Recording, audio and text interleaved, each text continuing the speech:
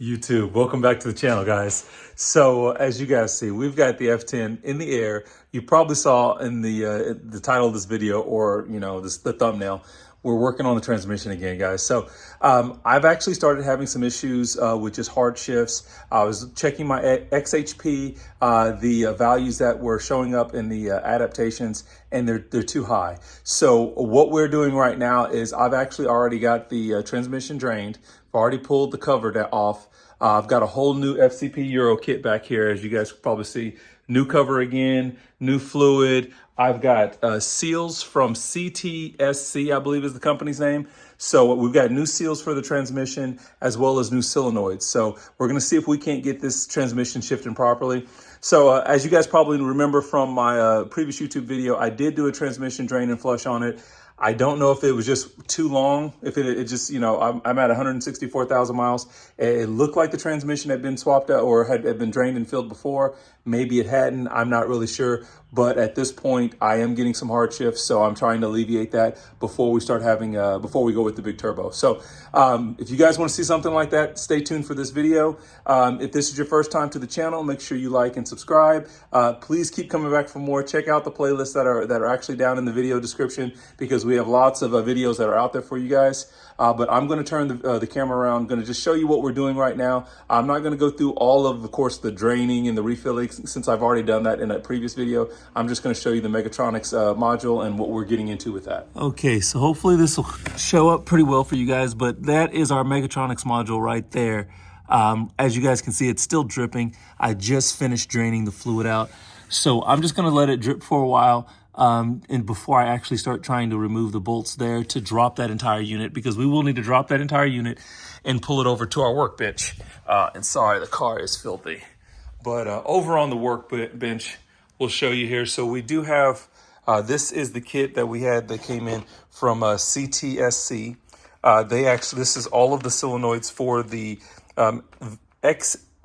ZF8 HP45 transmission, I believe is what it is. But either way it goes. So if you have a 535, this is the transmission you have.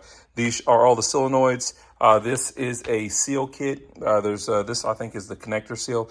We'll figure out where the other seals go.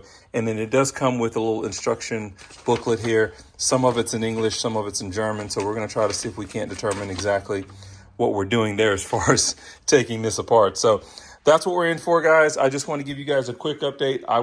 This video will not be extremely long, just kind of letting you guys see what I'm working with throughout this process. But I will be back with you guys here shortly. Okay, guys, we are back at it. As you guys see, we have the mechatronics unit out. Got a huge mess underneath the car. Not sure if you guys can see that yet, but so as you can see, this is all the transmission fluid that drained out a ton of fluid. But once I actually dropped the mechatronics unit, all of that fluid drained out as well too, and I didn't have anything to catch it with, so I made a huge mess. So now what we're going to do is we've got to get to replacing solenoids, of course. So as you guys know from the kit, we're going to replace this solenoid in the rear, which I believe is the park solenoid, and then all of your solenoids up front. To do so, there's some bolts that have to be removed from the mechatronics unit. I believe it's this one here, and believe me, guys, I haven't done this before. I've actually just watching YouTube videos, so I went ahead and broke loose some of the bolts that are going to be necessary. So we've got this bolt here, and these are the bolts that are actually holding the TCM module on. So basically, we're going to take this one off, this one here. This one here, as you see, I've already kind of lifted these up. This one here, and then this one back here. Once those have been removed, we should be able to slip this entire unit off. So we'll have to flip it over, take that unit off. Then we also have to remove the bolts for the harness. So I've got this one here, and that one there. So we're getting those off. I'm going to do that real quick, and I will be back with you guys here in just a minute. Okay, so I've removed those 5 bolts that I referred to, and that's these bolts here. They all are the same length and look like the same diameter or whatnot. So we're good there. Right now, I've only removed one of the bolts holding on the harness because the other two looks like you can just slip it up. So I'm leaving that alone. There's a connector here that needs to be disconnected. So we're going to see if we can't do that nicely without breaking anything. Okay, so that just came off. And then that's kind of going to wrap around here. I don't know 100% where that disconnects. So I'm just going to leave it hanging at the moment. So now that all of these bolts are out, which are the ones that are holding the top unit on. I should be able to flip this over and get this here to release, hopefully. So if not, then we'll be back to the drawing board on what's going on there. There we go, it's wiggling. See here, there's a little, I'm trying to remember if this, again, just kind of watching videos to try to see if I can figure out how some of this is done, guys. Okay, yeah, it just kind of lifts up. Okay, there. Okay, so that unit is now off, okay? And now we can go ahead and flip this back over to start taking out, oh, actually, before we can actually even take them out, there are bolts that you cannot see here at the moment. Let's just make sure, okay. So here, let me turn this camera around. Sorry, my hands are nasty too, so I'm gonna turn these around. But there's bolts here at the very top. Let me turn this here so you guys can see. These bolts here now have to be removed. Once you remove them, you should be able to lift this little holder up, and then all of your solenoids will be able to be removed. So I'm going to take care of that now. Let's see here. Oh, I have my wrench, my ratchet here. So we're just going to get this to break loose on each one of these.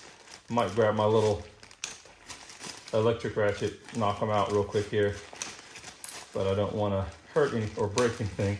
So I'm just breaking them loose real quick right now. I'm gonna grab that electric ratchet, have them knocked out, and then I will be back with you guys here in just a second, okay?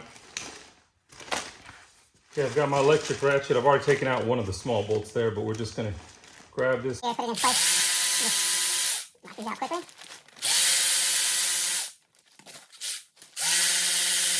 So those bolts are out. Should be up. That slides right up, real easy. Just gonna slip it right over just like that. And now we're ready to remove these solenoids. So I don't know if, oh, let's see here. I'm gonna start here on this end. We're just gonna use this to pull it forward. There you go. Just that easy. They slip right out. So you can see what that looks like. I'm gonna grab my package and just start replacing them. And then we'll be ready to put everything back together. Well, actually, after I get the other one done in the back too. Okay, so again, we've got our first one out. The new solenoid comes nicely packaged. You can feel that there's actually some sort of grease that they put in here. And then you're actually just going to pull that out. And the main thing is just putting it right back just the way it came out. So you're just gonna slide it right back in here into place. And push it here, and then it just sits right into place. Now you go to the next one. As you can imagine, if you pull out an orange one, replace it with an orange one. You pull out a white one, replace it with a white one. But they come out, these are sliding out super easy. I'm just going right over here to my packages, pulling these open and replacing them. So this, at this point, this is simple work here. Okay. Next one.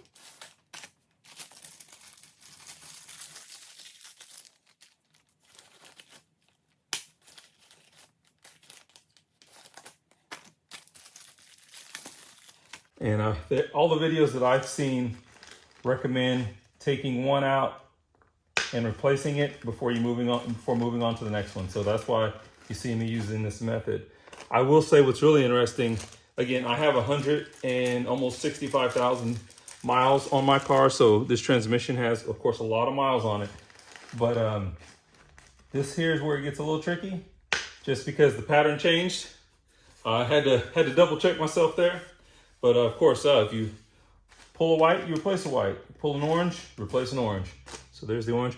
What I was saying, which I'm not sure if I finished, was that as I'm pulling these out, they are just almost just sliding out. Like there's they're not difficult using this screwdriver to pull these out, but they do seem to be a little bit more difficult to put into place. Like these, like I probably don't even need, like it's literally just almost like it's just barely seated in there, the old ones that are coming out.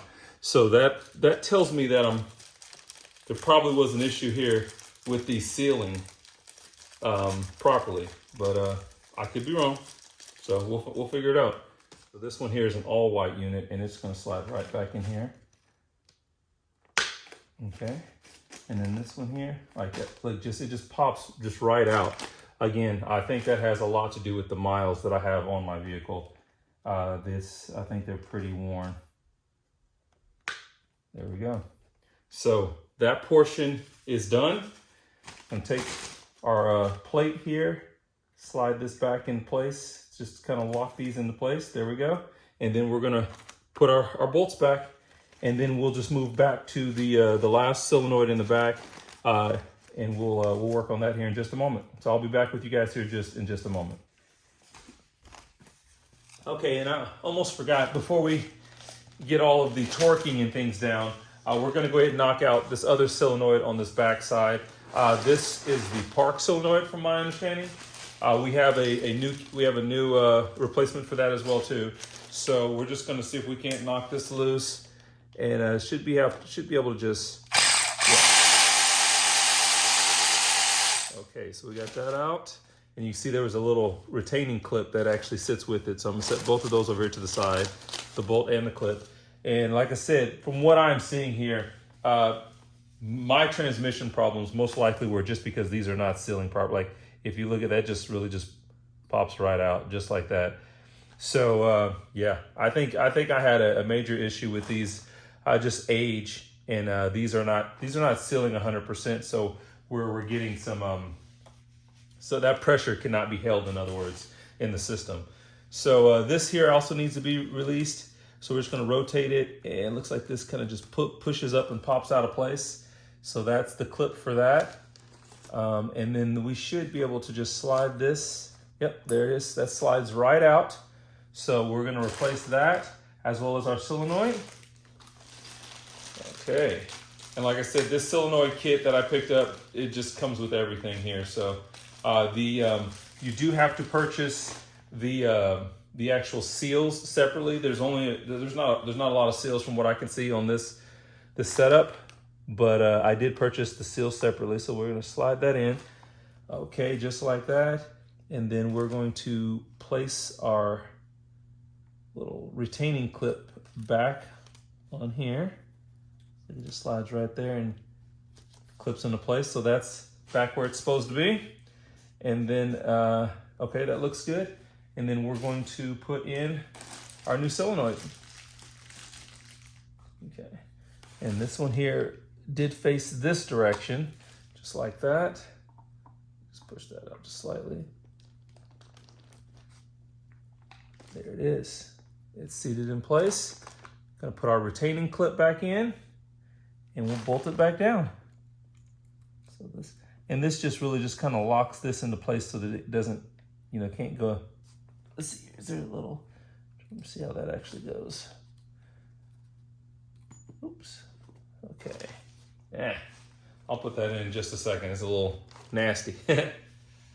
Okay, so I will be right back with you guys. I'm gonna check my specs so I can figure out what our torque settings are for this, and I'll be back with you guys in a moment. Okay, so we've got all the solenoids replaced now. I just looked it up. It looks like these bolts here are supposed to be torqued down to 85 inch-pounds, which I do not have a torque wrench that goes that low. So I'm just gonna have to snug it up as the best I can and hope for the best, unfortunately. Let me, Okay guys, so at this point we've got everything tightened back down the way it's supposed to be. We've set this module back on and we're sliding it back into place. Okay, so that is now back where it's supposed to be, back tight. Okay, so now what we're gonna do is we're gonna flip this back over and we're gonna run our bolts in. We're gonna actually put this back in place as well too. So just underneath these bolts here, okay. And that should click into place. Actually, I'm gonna clean that off real quick. Okay, so that snaps into place. So yeah, at this point, we're just actually reassembling, putting everything back together. We'll tighten that down as well to the, basically we're shooting for that 85 inch-pounds.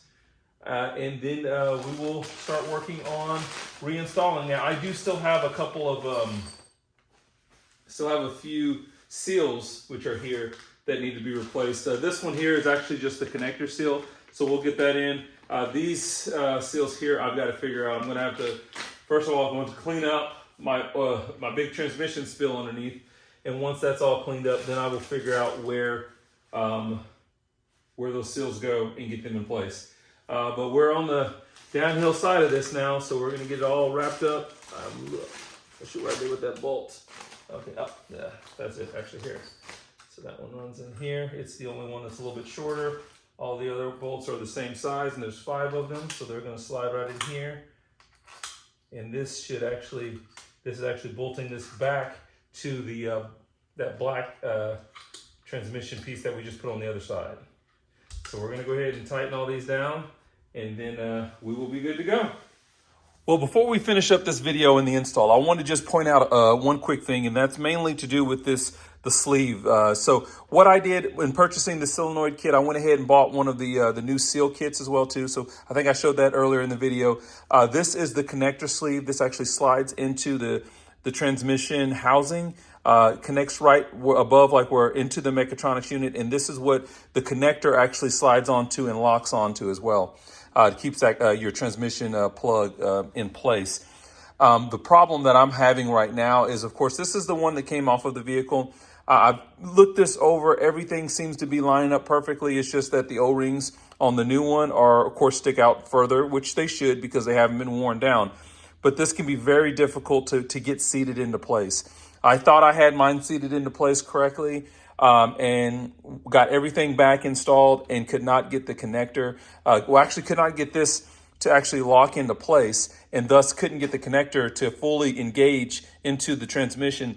And so the car was not reading the transmission at all. So now I've actually had to go back, drain a little bit of this fluid back out, take the oil pan back off, and I am trying to make sure that this connector gets seated 100% into this transmission mechatronics unit so that the connector will stay fully seated and we will have communication. I did find there are some videos online with other gentlemen talking about the connector and how to do that. Unfortunately, I do not really have a lot of space underneath the car to climb under there and show you guys how it's done. But I will see if I might be able to post a link to a video that I found kind of going over these connectors. But basically what it is there are, if you can see here, there's little ears on this connector, so we can get this to focus. There's little bitty tabs, one here and then one around here on this side. And those tabs, when you push this in, fully seat this into the housing, it should push down on some tabs that allow you to push up and lock this into place. And when you're not fully seating this in, this isn't pushing down on those tabs and it's not locking it into place. And so I'm going to have to get back underneath the car, try to see if I can't just really get this in there where it needs to be so that we can get this, get done with this job and on to the next one. So again, that has almost probably been the most difficult part of this entire job, but we're going to get back at it now. Okay, guys, so hopefully I can get you guys a little bit of an angle. But the way that I actually ended up finally getting this seated was I used something circular that I found, which was just a little soldering roll and a pry bar to actually get in here and force. I'm not sure if you guys can see this or not. I'm going to try to see if I can turn it a little bit for you guys. Basically, right in there, I had to force that sleeve in. I needed basically some leverage there. And once I was able to get that forced into position, then I was able to, holding some tension on here, push up the locking sleeve to lock that into place. So it is now good to go. So now I'll get ready to actually put the bolt back in. Then I can put my my pan back on. But that was, like I said, probably the hardest part for me in this setup here. And we found a way to make it work. So it should be good to go now. I think actually when I was looking at it previously here, I was probably about 1/4 of an inch off. I didn't realize it hadn't gone in that much. So it definitely needed to, like I said, I needed that leverage. It's been a few weeks now. We've got the mechatronics solenoid, all the solenoids back into the vehicle.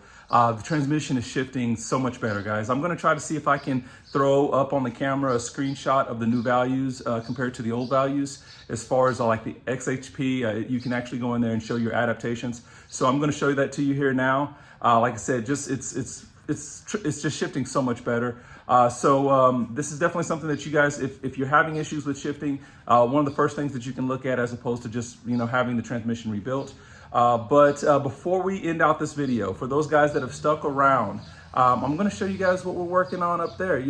I know I've had a couple of comments where people are saying, hey, why do you have such small wheels on your F10? And if you guys have been around the channel for a long time, you know that those are actually the stock 18s. That's not what I've been driving around on for the last 2 years. We actually had some Style 433 replicas. I actually picked them up locally for like 150 bucks. I did a video, which I'll try to put a card up here somewhere on that, showing you how I rebuilt those, or actually had those wheels refinished. I had to do a couple of repairs, but I think I was all in it for about 500 bucks. Recently, I actually listed those replicas for sale, sold those for $500 as well because I wanted to upgrade to something different. And I got those wheels up there for something different. They're 20s. I'm gonna turn the camera around and we'll take a quick look at them because I'm getting ready to go drop them off to be powder coated. So I'm gonna turn the camera around right now. Okay, and that's what we're working with, guys. I picked up a set of the Ferrata FR2s. Got these super cheap off Marketplace. I think it was about 680 bucks. So the way I'm looking at it, I'm all in for about another 180 bucks on top of what I sold the replicas for. They do have some curb damage, but again, like I said, they are going to be sent off to be powder coated right now. So we'll get those fixed up. Tires aren't going to really be any good, but there's not the sizes I need anyway. So we're going to get a set of tires for them, and you guys should see those on the F10 pretty soon.